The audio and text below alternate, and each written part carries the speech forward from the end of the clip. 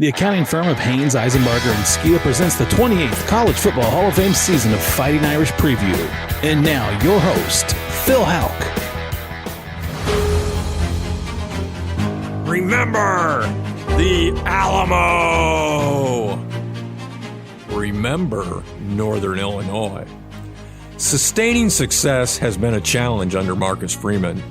Defeating top 25 teams has not. The dismantling of number 24 ranked Navy offers evidence that at this point of his career, not only is Freeman as good as any Notre Dame head coach in history at beating ranked teams, but that this head coach may have learned a thing or two about sustaining success. Notre Dame's win over Navy marked Freeman's 10th career win over a ranked opponent. That's not just good, it's historically good. In fact, Freeman is the fastest ND head coach to reach the 10 ranked win threshold since Frank Leahy. But what about sustaining success? Because Marshall 2022, Stanford 2022, Ohio State coaching malpractice 2023, failure to show up at Clemson 2023, and of course, Northern Illinois 2024. Well, Saturday's win over Navy marked another milestone. It was ND's 6th straight win, Marcus Freeman's longest winning streak. That's a positive sign. So, has Freeman found the magic formula that will help his teams avoid the emotional letdowns that have plagued him? Well, maybe. To sharpen his team's mental preparation since the Northern Illinois debacle, Freeman has put an emphasis on his team's mental preparations. Good idea. One thing he has employed is to regularly show clips of the Northern Illinois debacle to remind his players of the pain that they felt that day. It's a pain they don't want to experience again. We've all heard of Remember the Alamo. Well, how about Remember Northern Illinois? Well, that gets me fired up, and it seems to be doing the same for the 2024 Irish. Guadalupe's Mexican Grill, now with locations on Illinois, Leo, and DuPont Roads, in Georgetown Square, and in the Allen County Memorial Coliseum. Guadalupe's food made fresh. Now, stay tuned for Fighting Irish Insight from America's foremost authority on Notre Dame football, Tim Priester, publisher of IrishIllustrated.com. Fighting Irish Preview is brought to you by the accounting firm of Haynes, Eisenbarger, and Skiba, Shear McCulloch Auctioneers, Notre Dame Federal Credit Union, where you bank does matter, and Flight by Yuengling. 2.6 grams of carbs and 95 calories. It's the next generation of light beer. This is Fighting Irish Preview. The University of Notre Dame exemplifies dedication to hard work, integrity, and personal values, which result in success in the classroom and on the football field. The professionals at Haynes, Eisenbarger, and Skiba, like Notre Dame, know the same dedication, and their experience and expertise provide peace of mind for you and your business. Tax planning, tax compliance, auditing, business valuation, and estate planning, the full-service accounting firm of Haynes, Eisenbarger, and Skiba, like the Irish, has what it takes to help you achieve success. Located in Fort Wayne near Jefferson Point, Haynes, Eisenbarger, and Skiba proudly supports Notre Dame football and congratulates all those who are a part of the greatest tradition in all of sports. Go Irish! Flight by Yuengling is the next generation of light beer. For those who don't follow trends, but craft them. Flight by Yuengling is 12 ounces of uncompromised refreshment from America's oldest brewery. With only 2.6 grams of carbs and 95 calories, this is premium refreshment 6 generations in the making. Don't just raise a glass, raise the bar. Flight by Yuengling. Available wherever beer is sold. DG Yuengling & Son Incorporated, Pottsville, Pennsylvania. Please enjoy responsibly. Now back to Fighting Irish Preview with your host, Phil Houck. Well, Tim Priester, it's another dominant win for the Irish. Of course, aided and abetted by 6 turnover gifts from Navy. And let's talk about those turnovers a bit. Tim, you don't expect to see a Navy team self-destruct the way they did. I mean, that's the last thing you expect out of a Navy team. How did you see that? I mean, was it pressure from Notre Dame? Yeah, aided and abetted is a good way of putting it. I was, of course, I think everybody was surprised, and their head coach said, Brian Newberry said that he thought the moment was a little too big for them, which again, that's a huge surprise from a Navy team, which I think is pretty veteran on the defensive side of the ball anyway. Maybe not quite as much offensively, but there's no doubt, drop pitches and some bad decisions. It was very breezy, very windy in that stadium, and some bad decisions, lunging for a punt near the sideline in front of the Notre Dame bench. That's totally unnecessary. But Notre Dame took advantage of it, 27 points off turnovers. So Notre Dame did what they needed to do. But yeah, I too, Phil, was very surprised at the way Navy played. If Navy doesn't turn the ball over 6 times, and this is really looking to the crystal ball, does Notre Dame still win this game comfortably? Yeah, I still think they win by at least 2 to 3 scores. There's no way of knowing that for sure. But yeah, I think so. Notre Dame is a better team. They were going to get theirs on the offensive side of the football. But Navy, I mean, when you're facing a new attack like that, it's unrealistic to think you're going to stop everything, flea flickers and fumbled snaps that they pick up and throw downfield. It's hard to stop everything, but I think so. I mean, 17 points, 20 points, 21 points. I think Notre Dame would have won by that. I thought Notre Dame showed that they were the bigger, stronger, faster team. But that Navy scheme, and if we have time, I'm going to ask another question about that Navy scheme because it was impressive to me. Now, of course, we have to talk about Riley Leonard because we talk about him every week. But the report this week, Tim, I think is about the same. He's gotten a little bit better, I thought, every week. He looks a little bit more improved. Tim, what else does he need to do at this point to improve? I mean, really, can he improve? Or are we seeing Riley Leonard playing at about, which is really a pretty high level, about where he's going to be the rest of the year? Yeah, the last 6 games, Philly's completing 69% of his passes. That's beyond anything that I expected going into this year. Now he's evened things out a little bit since the first couple games. Hey, there's still some passes that he can make, but when he's around the 70% mark, I think that's for Riley Leonard. I think that's pretty much topping out. As long as he continues to play with confidence and just throws the football confidently, believing that his receivers are going to be there and he's going to throw it accurately. That's the best of Riley Leonard when you mix in everything he can do with his feet. There's some not only is he inaccurate at times, there's some open receivers that he misses. The outlet to Devin Ford would have kept the drive alive and put him up 21-0 early. But he's pretty much at his maximum level, I would think. Yeah, well, 70% ain't bad. We would like to see a little higher average per pass attempt, but we're greedy. We're just like Marcus Freeman says. We're all greedy. We all want more. Phil, they did stretch the field a little bit more, and Jordan Faison helped him do that. So that's the area. I think that's a good point. The ability to stretch it a little bit more, and I think they did that against Navy. Well, you brought up Faison, so I'm going to skip around here a little bit and go to a question about him.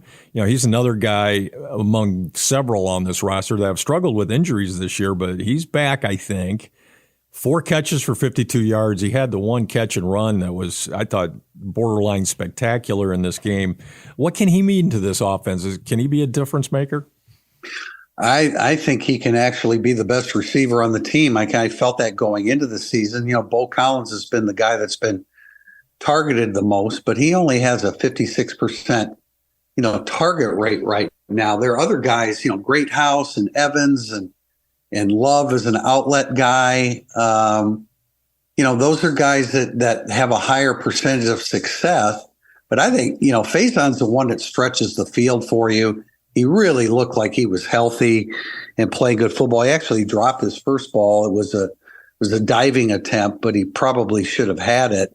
And then after that, he was really good. He had a 25-yarder that was negated by a holding penalty on Emil Wagner that may not have been a hold. But, I think he can make a huge difference in the last 4 games. Well, the lacrosse national champion also knows football. There's no doubt about that. The Sun Bowl MVP, everybody remembers that.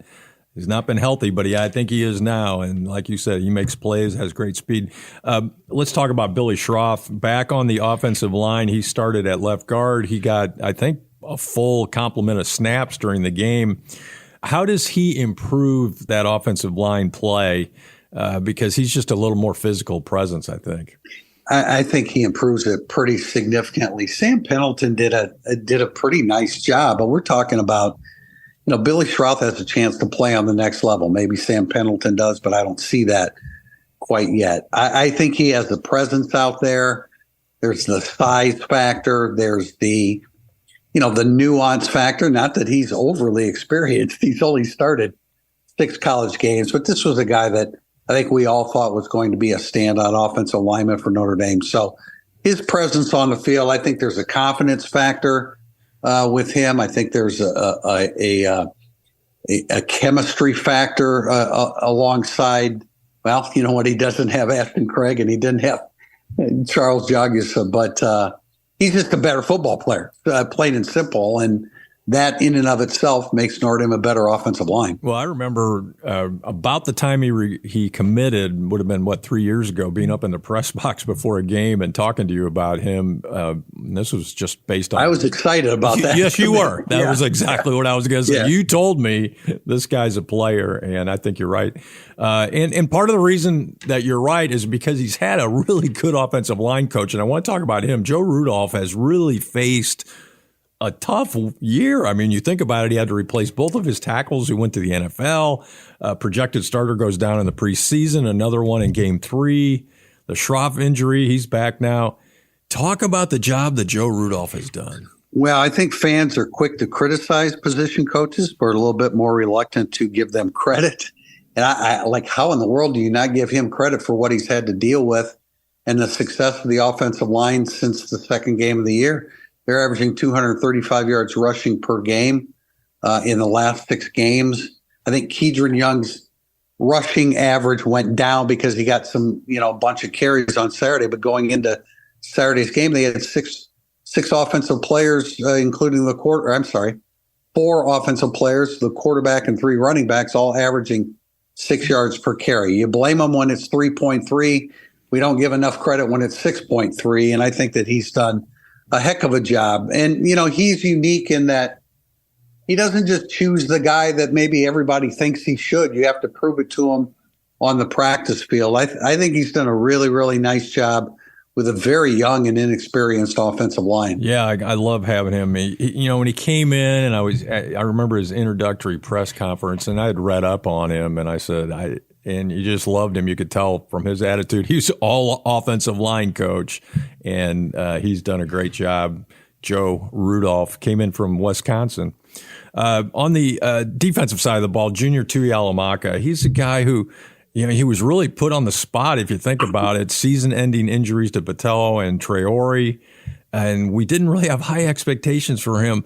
But Tim, I keep seeing him making plays. He had a good day at Navy. He's a little experienced against that type of odd offense. 7 tackles, had some quarterback pressures, led the defensive line in snaps. How surprising to you is this performance? Well, I have to admit, I wasn't giving him a lot of credit. So for me, it's very surprising. I just didn't see a guy that had the moves, the maneuverability, everything that goes with being a quality defensive end. But he's playing. There's no doubt he's playing with a lot more confidence. He's playing with a lot more physicality, and I really think that he's starting to come into his own here.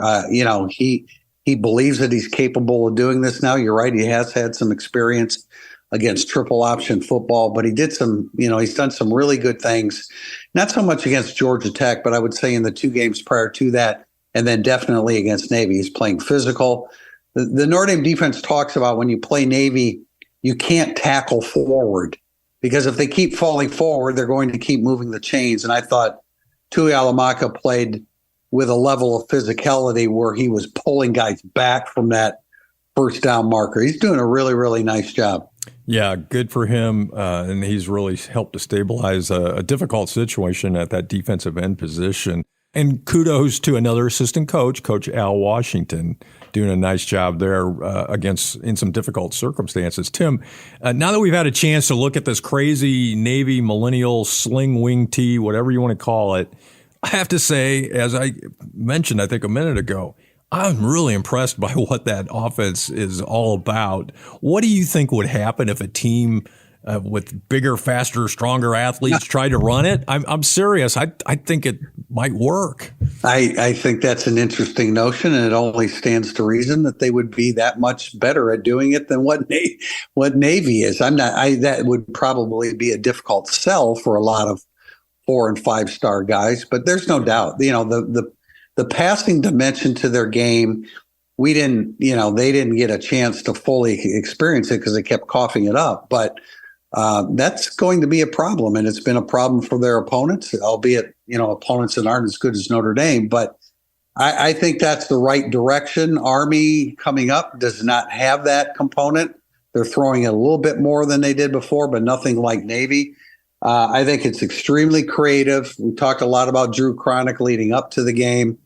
In retrospect, it sounds like it was a little bit far-fetched and blowing him up more than he deserved. But I think over the long haul, Navy's really going to benefit by diversifying their offense. Yeah, it's a tough-looking offense to play, and if they don't turn the ball over, that was going to be a really, really interesting game to watch.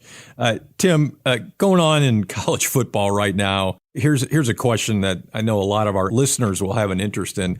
Talk about what is going on at my alma mater, Indiana University. Tim, they're 8-0. It's a great story. Curt Cignetti, what do you think? Well, Google me, he says. Just Google me. Yeah. He does win. There's no doubt about it. And he has a tremendous amount of confidence in his ability to walk into that situation. Now, he brought, I believe it was 9. I looked it up, 9 players from James Madison. James Madison has been really, really good in recent years. So that's really helped them. But, look, Indiana does not have the level of talent that a lot of the teams they're going against do. Their schedule hasn't necessarily been a bear up to this point, but to get them to play to that level of confidence, that's a Pied Piper, man. That's a guy that, you can tell the players have bought into him. The unfortunate thing is, and I think you made the comparison to Bob Knight, the difference is that Bob Knight was very inclined to settle in at Indiana. I'm not sure that Curt Cignetti is going to do the same thing, because after this year, they're going to be knocking down his door for an opportunity to interview him. I don't know. I mean, I've talked about that idea with a lot of people, and I'm thinking, he's 63, and I think he just might be where he wants to stay if he's building something. Why would he want to start that over again? I think that'd be great. I think that'd be great for IU football. Absolutely. And, it's not that far-fetched that Notre Dame could see IU this season in a playoff game. So wouldn't that be spicy? That would be a lot of fun.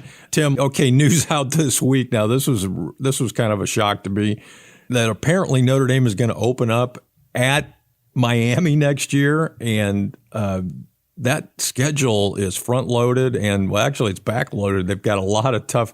I mean, Miami currently ranked number 5. They're undefeated. Tim, then they'll play somebody the next week. That hasn't been scheduled. Texas A&M, Arkansas, Boise State, USC. Why is Notre Dame doing this to themselves? Are they crazy? Let me throw in Pittsburgh, who's undefeated going into this weekend as well. Well, if you're a member of the SEC, you're playing a similar schedule every week, aren't you?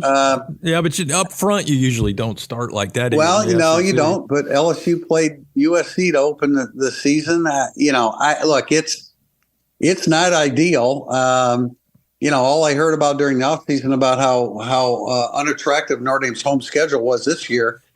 So it is damned if you do, damned if you don't, I guess. But, I don't know what to say. I do know what to say. Television drives everything.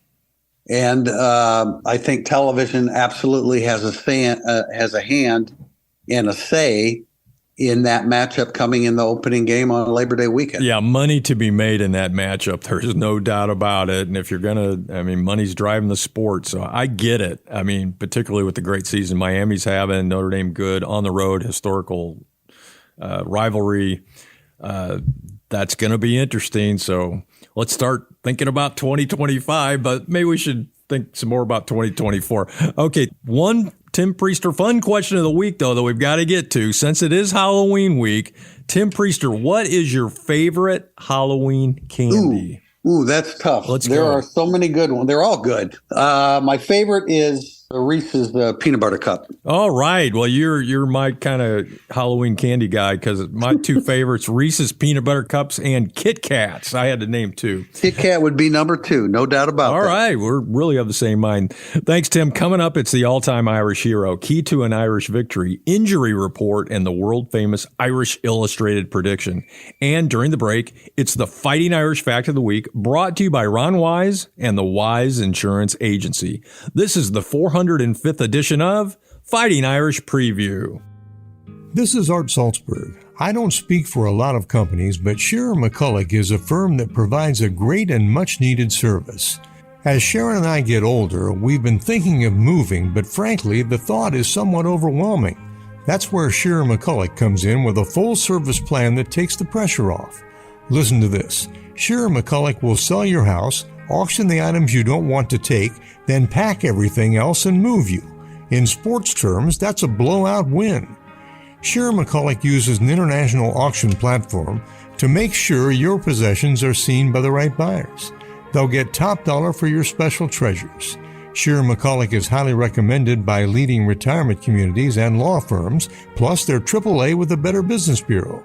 Call them at 441-8636. That's 441-8636. They'll make your moving experience easy and profitable. Shearer McCulloch. The Fighting Irish Fact of the Week is brought to you by our friends at the Wise Insurance Agency. After 8 games, Jeremiah Love leads the team in rushing yards. Riley Leonard is a close second. Bo Collins has the most catches with 28, and Jack Kaiser and Drake Bowen are tied for the lead in tackles at 43. Call Ron Wise at the Wise Insurance Agency or go to thewiseinsuranceagency.com and get an auto or home quote in less than 5 minutes. Over the last 190 years, a lot has changed. But at Yuengling, America's oldest brewery, we're still focused on one thing: brewing darn good beer. Yuengling, the oldest brewery in America.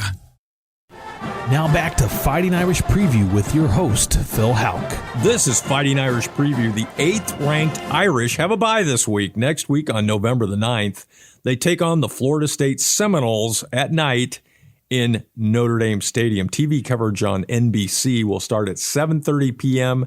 South Bend time. And it's now time for the all-time Irish hero, brought to you by the Marina at Lake Gage. Chris Craft, Mastercraft, Vanderbilt, and Premier Pontoons. New and previously owned, we share your boating passion. And today we continue our series on the Notre Dame National Award winners. So far we have covered Ross Browner, Tony Rice, Rocket Ismail, and Brady Quinn. This week, the winner of the 2012 Mackey Award as the nation's best tight end, Tyler Eifert.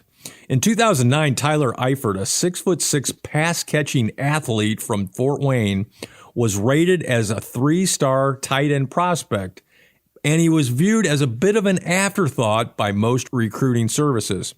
That afterthought went on to redefine the tight end position at Notre Dame. During his freshman year, his career looked to be over due to a back injury, but he underwent surgery and got his career back on track.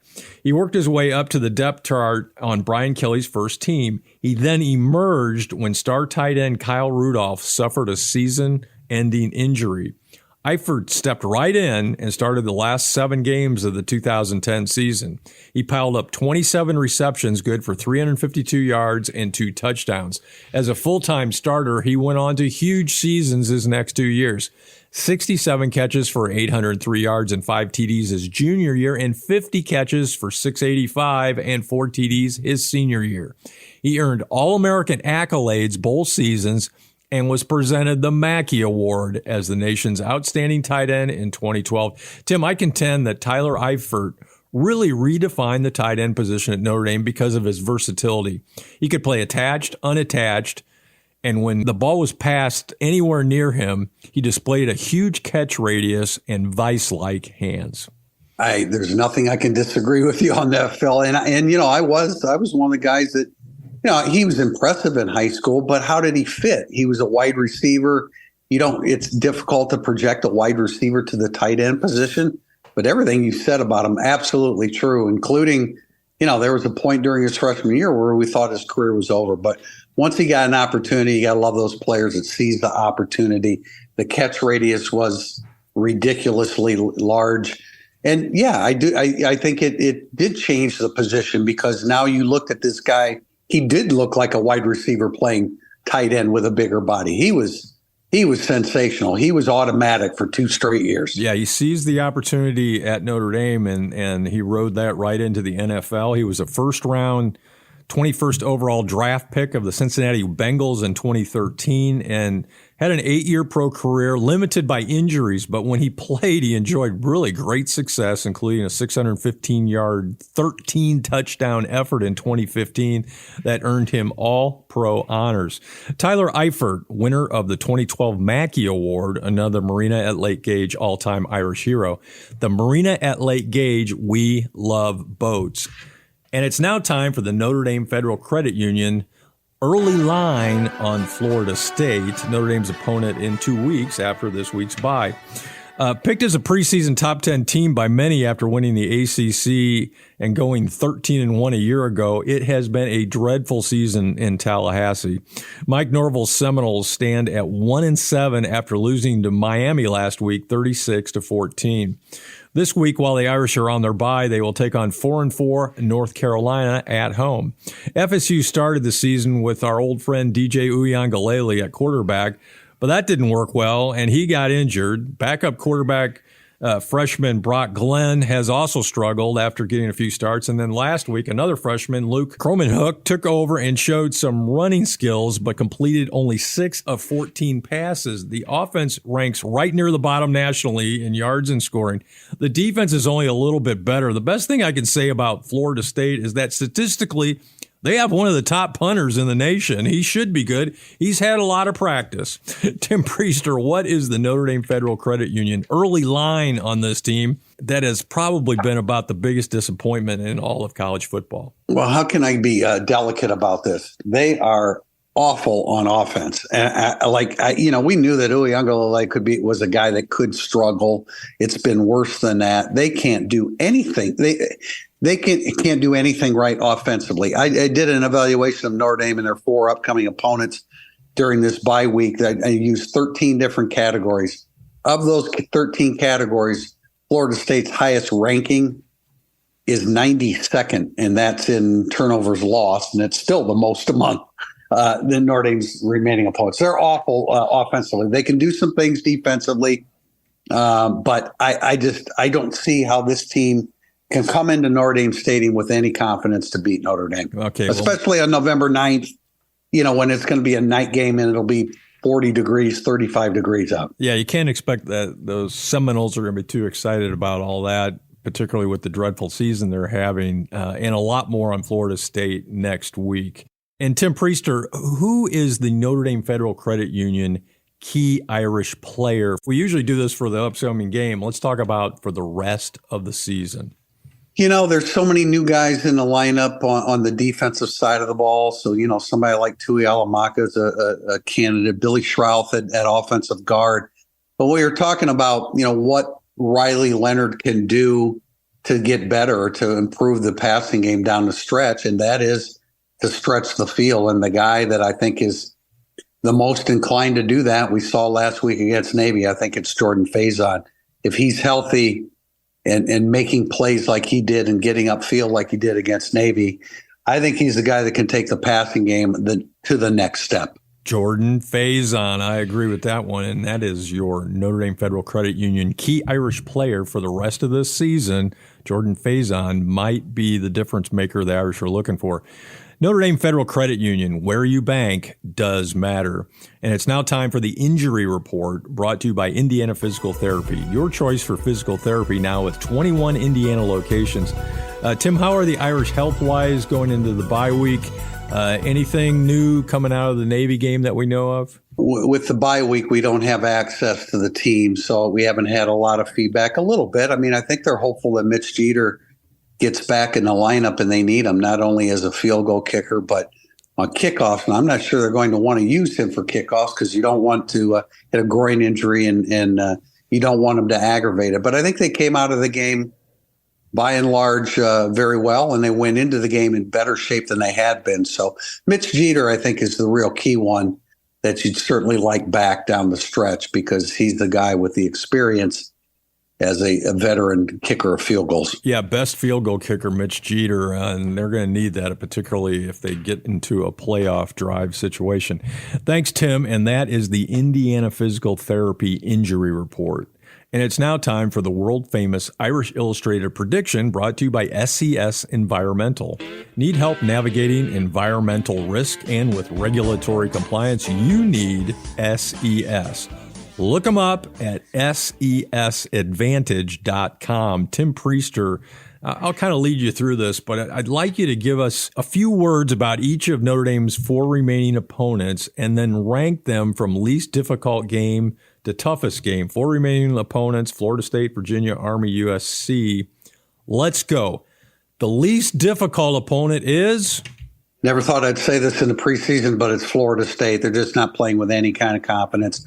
Their offense is averaging 15 points a game. I would say that's the easiest of the remaining 4 games. Okay, and I hate to characterize any of these games as easy because it's never easy to win a football game, but that would be the easiest of the 4 remaining. Who's next on that list? I'd put Virginia next just because they've struggled so much on defense. Or 127th in passing defense, 110th in total defense. I could go on with these numbers. They're not as bad as Florida State's offensive rankings, but 114th in yards per pass, which is a stat that I like to use. I'd say Virginia, they've struggled with interceptions on the offensive side of the ball. They tend to lose close games, but their defense is bad, and that's a bad recipe in Notre Dame's home closing game of the season. Yeah, that'll be senior day opportunity for the offense to score some points there for the Irish. Okay, 2 teams left. We got Army at in the Shamrock game at Yankee Stadium, and then at USC. So what's number 3 and what's number 4? Well, number 3 is Army. You know, they don't have the passing component that Navy does, but they've done everything really, really well. And I'm the last guy on the face of their to say, yeah, but who have they played? But in this instance, they have not. Their schedule's been worse than Navy's. I think the 6 FBS teams they played are a combined 14-35. They also played Lehigh. Army's done a really good job. They're tough. They're physical. They've got a quality quarterback in Bryson Daly. So I would put them the second most difficult on the schedule. We're going in order here, Phil. That's right. Florida State, Virginia, Army, and then I would say USC, because I think I'm afraid that Notre Dame fans are really underestimating USC. They've lost some close games. I realize they haven't showed a whole lot of character at times.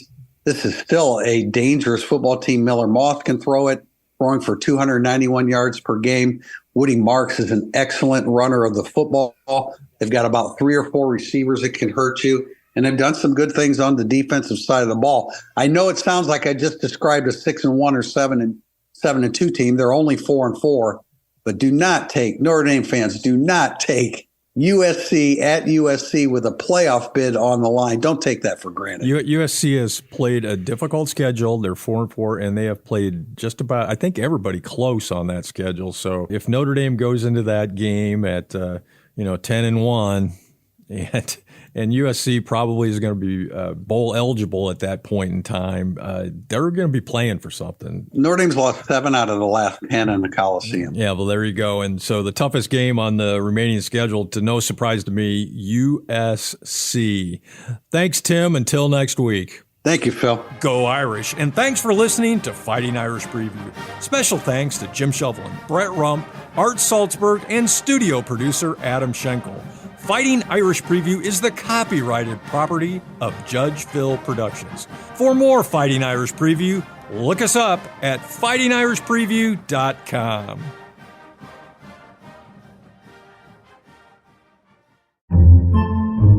Podcasts by Federated Media.